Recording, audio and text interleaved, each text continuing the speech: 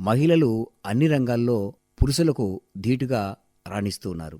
మహిళా సాధికారత రావాలి, మహిళలకు అన్ని రంగాల్లో ముందంజలో ఉండే విధంగా మనము ప్రోత్సహించాలి, రక్షణ కల్పించాలి, భద్రత కల్పించాలి. వారికి ఏనాడైతే సాధికారత చేకూరుతుందో అప్పుడే మహిళలు మరి అన్ని రంగాల్లో అభివృద్ధిని సాధించగలరు అనే ఉద్దేశంతో కేంద్ర ప్రభుత్వం మిషన్ శక్తి అనేటువంటి ఒక వినూత్నమైన పథకాన్ని తీసుకువచ్చి మహిళా అభివృద్ధికి పాటుపడుతుంది. ఇందులో ముందుగా మహిళల భద్రత, రక్షణ, సాధికారత ఈ పథకం ద్వారా కల్పించాలనేటువంటి ఉద్దేశంతో ఈ పథకాన్ని కేంద్ర ప్రభుత్వం తీసుకొచ్చింది. మిషన్ శక్తి పథకం యొక్క ముఖ్య ఉద్దేశం ఏమిటి, మహిళలకు చేకూరేటువంటి లాభాలేంటి ఇత్యాది అంశాల గురించి తెలియజేయడానికి పొదిలి ఐసిడిఎస్ సిడిపిఓ గారు శ్రీమతి పి సుధామారుతి గారు మన స్టూడియోలో ఉన్నారు. వారి ద్వారా తెలుసుకుందాం. నమస్కారం మేడం. నమస్కారం సార్. ముందుగా అందరికీ కూడా మా మహిళా అభివృద్ధి శిశు సంక్షేమ శాఖ తరఫున అందరికీ నమస్కారాలు తెలియజేస్తున్నాం.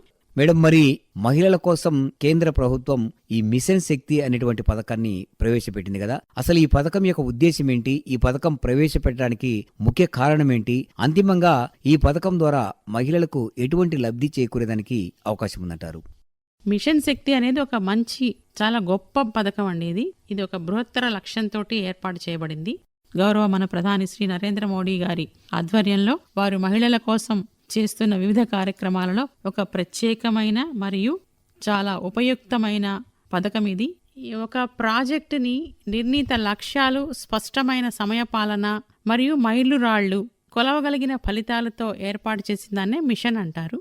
ఈ మిషన్ శక్తి అనేది ఎందుకు ఏర్పాటు చేశారంటే మహిళల భద్రత, రక్షణ మరియు సాధికారత కోసంగా మన భారత ప్రభుత్వం ప్రారంభించింది ఈ పథకాన్ని. ఇది ఒక సమగ్ర పథకం. మహిళలకు కావాల్సిన అన్ని విషయాలలో వాళ్ళకి చేయూతనివ్వడానికి ప్రారంభించిన పథకం ఇది. భారత ప్రధాని శ్రీ నరేంద్ర మోదీ గారు స్త్రీల రక్షణ, భద్రత మరియు సాధికారత కోసం తీసుకొచ్చిన ఈ పథకం ఎప్పుడు ప్రారంభించారు? ఈ పథకం ద్వారా ఏ కార్యక్రమాలు చేపడతారు? మన గౌరవ ప్రధాని శ్రీ నరేంద్ర మోదీ గారి ఆధ్వర్యంలో ఈ పథకం ఏర్పాటు చేయబడిందండి. మొట్టమొదటి 15వ ఫైనాన్స్ కమిషన్ కాలంలో, అంటే 2021-2022 సంవత్సరం నుంచి ప్రారంభించారు. అప్పటి నుంచి అమలు చేయడం ప్రారంభించారు. ఈ పథకాన్ని ముఖ్యంగా మహిళాభివృద్ధి శిశు సంక్షేమ శాఖ వారు అమలు చేస్తారు. ఈ పథకం అనేది మహిళల జీవిత చక్ర నిరంతర రక్షణ కోసం, అంటే పుట్టినప్పటి నుంచి వారి వృద్ధాప్యం దాకా కూడా వారి వివిధ స్థాయిలలో వారికి వచ్చే సమస్యలను ఎలా పరిష్కరించాలి, వారికి ఎటువంటి చేయూతనివ్వాలి, వారికి ఎటువంటి సహాయం మనం చేస్తే వారు అభివృద్ధిలో సమాన భాగస్వాములు అవుతారు అనే లక్ష్యానికి అనుగుణంగా ఈ పథకాన్ని ఏర్పాటు చేశారు. ఈ సంబల ఉప పథకం అంటే ఏంటి, దీని యొక్క విధి విధానాలు ఏ విధంగా ఉండేదానికి అవకాశం ఉందంటారు? ఈ మిషన్ శక్తి పథకం కింద మళ్ళీ 2 ఉప ప్రధాన పథకాలు ఉన్నాయి. అవి ఒకటి సంభాల్ అంటే హిందీ పదం, ఇది సంరక్షించడం అంటారు. రెండవది సామర్థ్య అంటే మన మహిళల్లో ఉన్న సామర్థ్యాన్ని వెలికి తీయడం కోసం ఏర్పాటు చేసినవి. ఇవి 2 ఉప పథకాలండి. ఈ సంభాల్ ఉప పథకం ఏంటంటే హింసకు గురైన మహిళలకు మద్దతునిస్తుంది. ఎలా ఇస్తుందంటే ఈ పథకం కింద మహిళాభివృద్ధి శిశు సంక్షేమ శాఖ వారి తరఫున 1 స్టాప్ సెంటర్ అనే ఒక ఆఫీసును నడుపుతారు. మహిళా హెల్ప్ లైన్ అనేది 24 గంటలు పనిచేస్తుంది. మరియు బేటీ బచావో, బేటీ పడావో పథకాలు, ఈ 3 పథకాలు ఈ సంబాల్ అనే ఉప పథకం కిందికి వస్తాయి. వీటిల్లో 1 స్టాప్ సెంటర్ అంటే ఏంటంటే ఈ 1 స్టాప్ సెంటర్లు ప్రతి జిల్లా కేంద్రంలో ఖచ్చితంగా ఒకటి ఉంటుందన్నమాట. ఇది జిల్లా కేంద్రంలో ఉన్న ప్రభుత్వ ఆసుపత్రి ఆవరణంలోనే దీన్ని ఏర్పాటు చేస్తారు. మహిళాభివృద్ధి శిశు సంక్షేమ శాఖ వారు ఈ 1 స్టాప్ సెంటర్ని నడుపుతారు. ఇందులో సెంట్రల్ అడ్మినిస్ట్రేటరు, కౌన్సిలరు, వైద్య నిపుణులు, న్యాయ నిపుణులు మొదలైన సిబ్బంది అందరూ ఉంటారన్నమాట. వీళ్ళు హింసకు గురైన మహిళల్ని ఒక చోటకి చేర్చి వారికి చట్టపరమైన, వైద్యపరమైన, మానసిక పరమైన సలహాలను, సహాయాన్ని అందజేస్తారు. ఇక్కడ బాధిత మహిళలు 5 రోజుల పాటు వసతి కల్పించి తిరిగి వారి కుటుంబంలో చేరేలాగా చర్యలు తీసుకుంటారు. లేదా ఏదైనా వసతి గృహానికి పంపి కనీసం 2 సంవత్సరాల పాటు వాళ్లకు రక్షణ కూడా అందిస్తారు. ఈ వసతి గృహాల్లో వాళ్ళకి నైపుణ్యంలో శిక్షణ ఇప్పించి వాళ్ళు వారి కాళ్ళ మీద వాళ్ళు నిలబడేలాగా ప్రయత్నం చేస్తారన్నమాట. ఈ 1 స్టాప్ సెంటర్లు ఖచ్చితంగా ప్రతి జిల్లా కేంద్రంలోనూ కూడా ఉంటాయండి. అలాగే మన మార్కాపురం కొత్తగా జిల్లా ఏర్పడింది కాబట్టి ఇక్కడ కూడా 1 స్టాప్ సెంటర్ని మన గవర్నమెంట్ హాస్పిటల్ ఆవరణలో ఏర్పాటు చేయడం జరిగింది. వారి సిబ్బందిని కూడా నియామకం జరుగుతోంది ఇప్పుడు. అలాగే మహిళా హెల్ప్ లైన్ 181 ఈ టోల్ ఫ్రీ నెంబర్ 24 గంటలు 7 రోజుల పాటు ప్రతి ఒక్కరికి అందుబాటులో ఉంటుంది. ఈ టోల్ ఫ్రీ నెంబర్కి డయల్ చేసినట్లయితే వారికి అత్యవసర సహాయం మహిళలకి తప్పకుండా అందజేస్తారు. ఈ 181 గురించి కూడా అందరికీ మనం తెలియజేయాల్సిన అవసరం ఉంది. మహిళలకు అనేక పథకాలు ఉన్నాయి. అయితే ఈ బేటీ బచావో బేటీ పడావో ఈ పథకం ముఖ్య ఉద్దేశం ఏంటంటారు? ఈ మిషన్ శక్తిలోని ఉప పథకమైన సంబాల్కి సంబంధించిందే ఈ బేటీ బచావో బేటీ పడావో అని. ఇది హిందీ పదానికి తెలుగు అర్థం ఏంటంటే ఆడపిల్లల్ని మనం రక్షిద్దాము, వాళ్ళని చదువుకోనిద్దామని.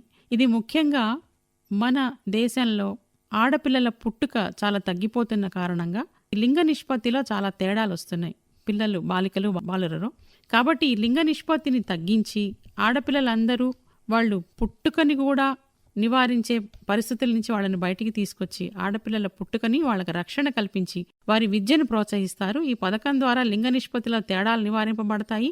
బాలికలు విద్యలో ముందుంటారు. బడికి వెళ్ళడం నిలిచిపోవడం, బాల్య వివాహాలు ఇలాంటివన్నీ అరికట్టపడతాయండి.